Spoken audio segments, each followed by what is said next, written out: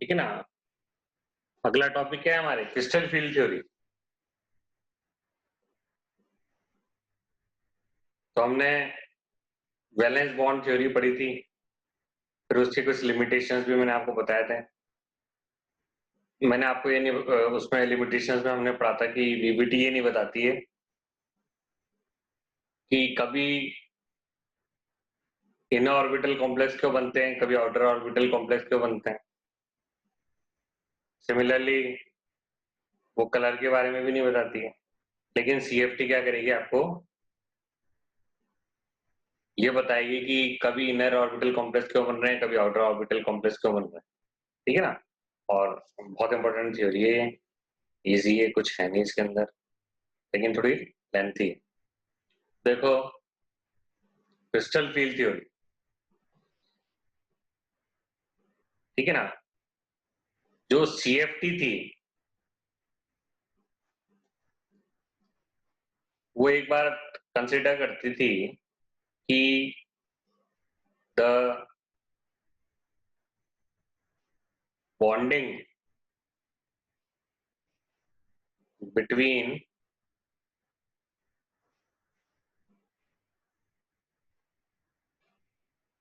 the bonding between ligands the bonding between ligands and central metal atom or ion the bonding between ligands and central metal atom or ion is covalent in nature। ये CFT बोलती थी, आपने देखा ही था। CFT ने क्या बताया था कि साहब कोऑर्डिनेशन नंबर 4 होगा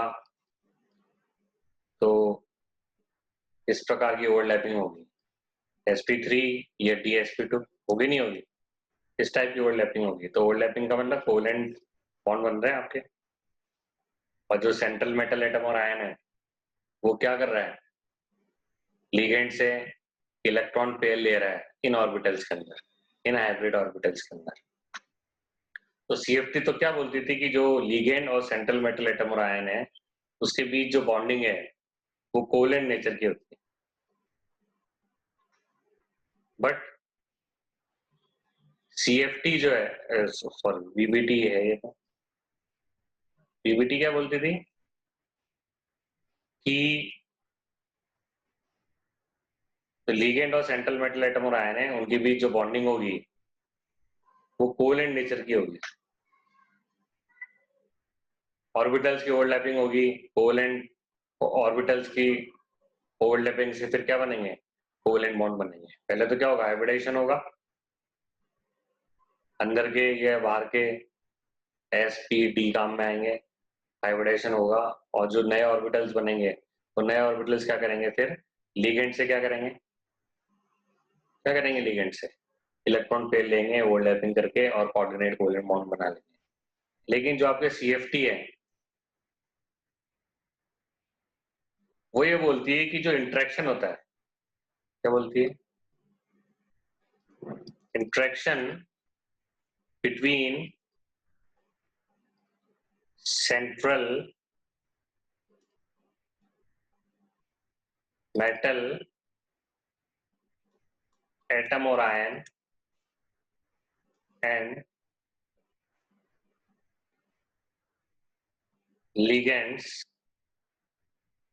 the interaction between central metal atom or ion and ligands are ionic in nature।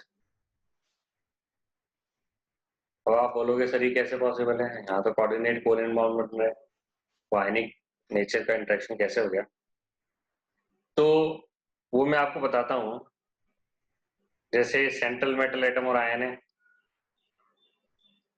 चाहे वो आयन हो या मेटल की फॉर्म में हो, एटम की फॉर्म में हो, चाहे आयन की फॉर्म में हो चाहे एटम की फॉर्म में हो, उसके आसपास क्या होता है, इलेक्ट्रॉन क्लाउड होता है, होता है नहीं होता इलेक्ट्रॉन क्लाउड, उसका खुद के इलेक्ट्रॉन्स होंगे तो उसका इलेक्ट्रॉन क्लाउड है।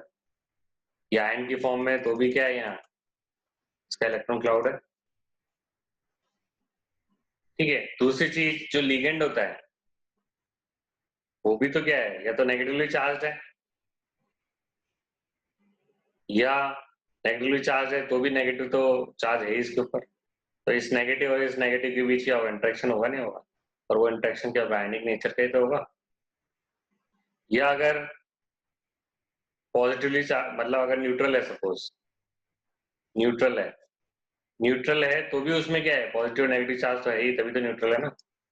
इसमें न्यूक्लियस भी है और इलेक्ट्रॉन्स भी है, तो पॉजिटिव नेगेटिव दोनों है, तो भी इंट्रैक्शन क्या होगा, आयनिक नेचर का होगा, इलेक्ट्रोस्टैटिक नेचर का होगा,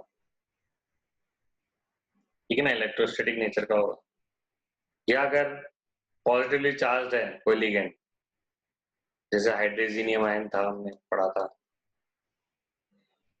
या हाइड्रोजीनियम आयन है, तो भी इंट्रैक्शन क्या होगा, इलेक्ट्रोस्टैटिक नेचर का होगा, क्योंकि इसके पास क्या है, अपना इलेक्ट्रॉनिक क्लाउड है, पॉजिटिव चार्ज है, इसके पास भी क्या है, अपना इलेक्ट्रॉनिक क्लाउड है, पॉजिटिव चार्ज है, वो भी क्या होगा, इलेक्ट्रोस्टैटिक नेचर का ही होगा। तो CFT सबसे पहली चीज क्या बोलती है, interaction between central metal atom और ion and ligands are ionic in nature और या इलेक्ट्रोस्टैटिक इन नेचर, इसको इलेक्ट्रोस्टैटिक भी आप बोल सकते हो। तो पहले आप ये नोट कर लीजिए।